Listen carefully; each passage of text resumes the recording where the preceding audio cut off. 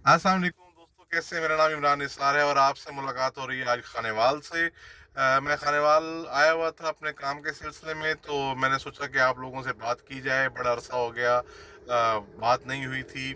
बहुत सारे लोग जो मुझे ज़ाती तौर पर जानते हैं उनको पता है कि मैं कोरोना वबा का शिकार हो गया था, जिसकी वजह से तकरीबन 2 हफ्ते करंटाइन रहा। उस दौरान बहुत सारे दोस्तों ने दुआएं की, रिश्तेदारों ने दुआएं की। मैं उन सब का बहुत मशकूर व ममनून हूँ कि उन सब की दुआओं और रमज़ान शरीफ की बाबरकत महीने की वजह से मैं रूबा सेहत हुआ हूँ, अल्लाह का शुक्र है। और बड़ा मुश्किल वक्त था, बहुत टफ़ टाइम था। कहानी कुछ यूँ शुरू हुई कि मुझे बुखार हुआ बहुत ज़्यादा और जिस्म में दर्द और बहुत ज़्यादा तकलीफ़ का शिकार रहा हूँ मैं तकरीबन कोई 4 दिन। उस दौरान कुछ ये इस तरफ माइंड नहीं गया था कि मुझे कोई कोरोना वगैरह है, लेकिन मैं कुछ आम से एंटीबायोटिक्स लेकर और साथ में पैराडॉल लेकर चलता रहा। लेकिन फिर जब 2-3 दिन बुखार, अच्छा इसमें ये था कि बुखार उतर जाता था, फिर हो जाता था बार बार। तो जब मेरा माइंड इस तरफ गया कि यार ये टेस्ट करवाना चाहिए, तो फिर मैं टेस्ट करवाया और वही हुआ कि वो टेस्ट पॉजिटिव आ गया। अच्छा, इसका जो फिर बाद में मेरी मुख्तलिफ डॉक्टर्स के साथ बात हुई। अच्छा, एक चीज़ थी, क्योंकि मेरे बहुत सारे मेरा फील्ड ऐसा है, मेरा प्रोफेशन ऐसा है, तो बहुत सारे डॉक्टरों के साथ राब्ता रहता है, गपशप रहती है। उनकी मेहरबानी है, वो हमेशा छोटे भाइयों की तरह ट्रीट करते हैं। हुआ यूं कि मैंने लेकिन इस हवाले से एक ही डॉक्टर से राब्ता रखा और उन्होंने बड़ी शफकत की, बड़ा बात बात पूछते रहे मुझसे और मेरा ख्याल रखा। मैं उनका बड़ा मशकूर और ममनून हूँ। अच्छा, इसमें होता ये है कि भैया आपने कोरोना के टेस्ट के साथ साथ अपना एक्सरे चेस्ट जो है वो लाजमन, वो बेसिक टेस्ट है, वो करवाना है, ताकि ये अंदाज़ा लगाया जा सके कि वायरस आपके लंग्स के अंदर कितना एक पेनिट्रेट कर गया है और कितना एक उसने इफ़ेक्ट किया है। उसके आगे मज़ीद फिर एक टेस्ट है 4 CT का। वो जब आप, अल्लाह ना करे, अगर आपको कभी ऐसा हो या आपके कभी लव वंस को ऐसा हो, तो ये 2 टेस्ट गोल्ड स्टैंडर्ड हैं जिनसे डायग्नोज किया जा सकता है, जिनकी बेसिस पे आपका फर्दर ट्रीटमेंट किया जा सकता है। अब आ जाते हैं वो जो 14 दिन क्वारंटाइन में रहा। बहुत मुश्किल वक्त होता है, आपको अपने आप को मोटिवेट रखना पड़ता है। दोस्त, रिश्तेदार, हर बंदा आपको फ़ोन करता है, आपसे मोहब्बत का इजहार करता है, और उस मोहब्बत के इजहार के दौरान साफ ज़ाहिर है वो मुख्तलिफ, हमारे यहाँ एक कल्चर है कि मशवरा दे दिया जाता है, ये कर लें, यूँ कर लें, उसको हुआ था तो ये हो गया था, अनक्वालिफाइड ओपिनियन जिसको हम कहते हैं। तो ऐसा कुछ भी बिलीव करने की ज़रूरत नहीं है, क्योंकि इसका जो रिएक्शन है वो हर बॉडी का डिफरेंट है कोरोना के अगेंस्ट।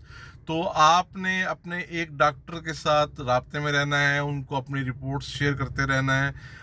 मैं जिस पोजीशन में रहा, शुरू में तो बुखार रहा, लेकिन बाद में अल्लाह का इतना फजल और करम हुआ कि मुझे कोई इवन पैनाडॉल तक नहीं लेनी पड़ी। हाँ, ड्राई कफ ने मुझे बहुत ज़्यादा तंग किया, वो मैं बड़ा परेशान भी रहा उसके वाले से। फिर मैं सिरप लेता रहा। शहद का जब मैंने इस्तेमाल शुरू किया तो उससे काफ़ी ज़्यादा इफ़ेक्ट मिला, मुझे काफ़ी फ़ायदा हुआ।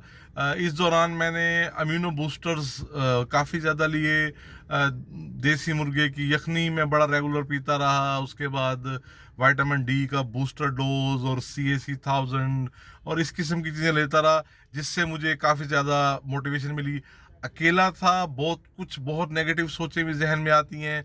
अपने आप को मोटिवेट रखना होता है, परेशानी होती है, लोगों की बातों से भी होती है, आपके जहन में भी 700 ख्यालात आते हैं। तो मैं कोशिश करता रहा था कि लैपटॉप पे अपना रूटीन का कुछ काम करूं, हालांकि दिल नहीं लगता था, लेकिन फिर भी अब ऑब्वियसली कहीं ना कहीं तो अपने आप को सेट रखना था, तो वो कोशिश करके सेट रखा।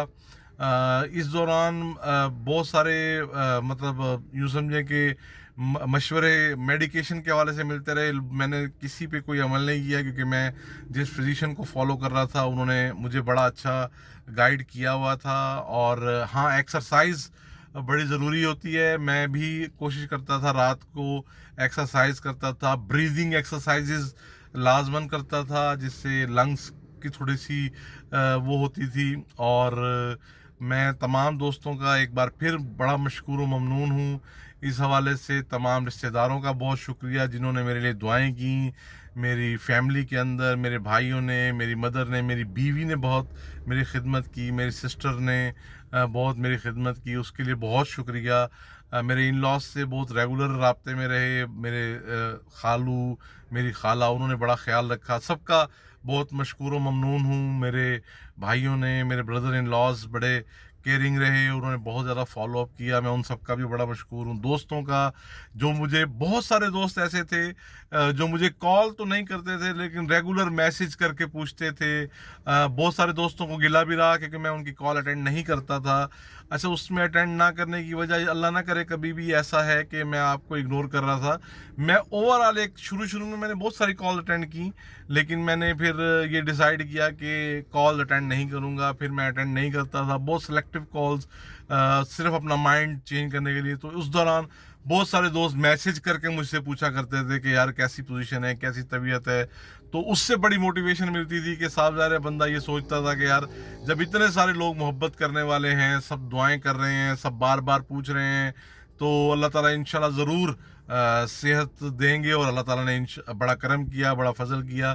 तो आपके भी अगर अल्लाह ना करे कभी भी कोई लव वंस, कोई फैमिली में कुछ ऐसा हो जाए, तो परेशान होने की ज़रूरत नहीं है। कुछ बेसिक टेस्ट ज़रूर करवाएं और उसके बाद जो भी ट्रीटमेंट आपको डायग्नोज किया जाए, लिखा जाए, उसको फॉलो करें, मोटिवेट रहें, खुराक अच्छी रखें।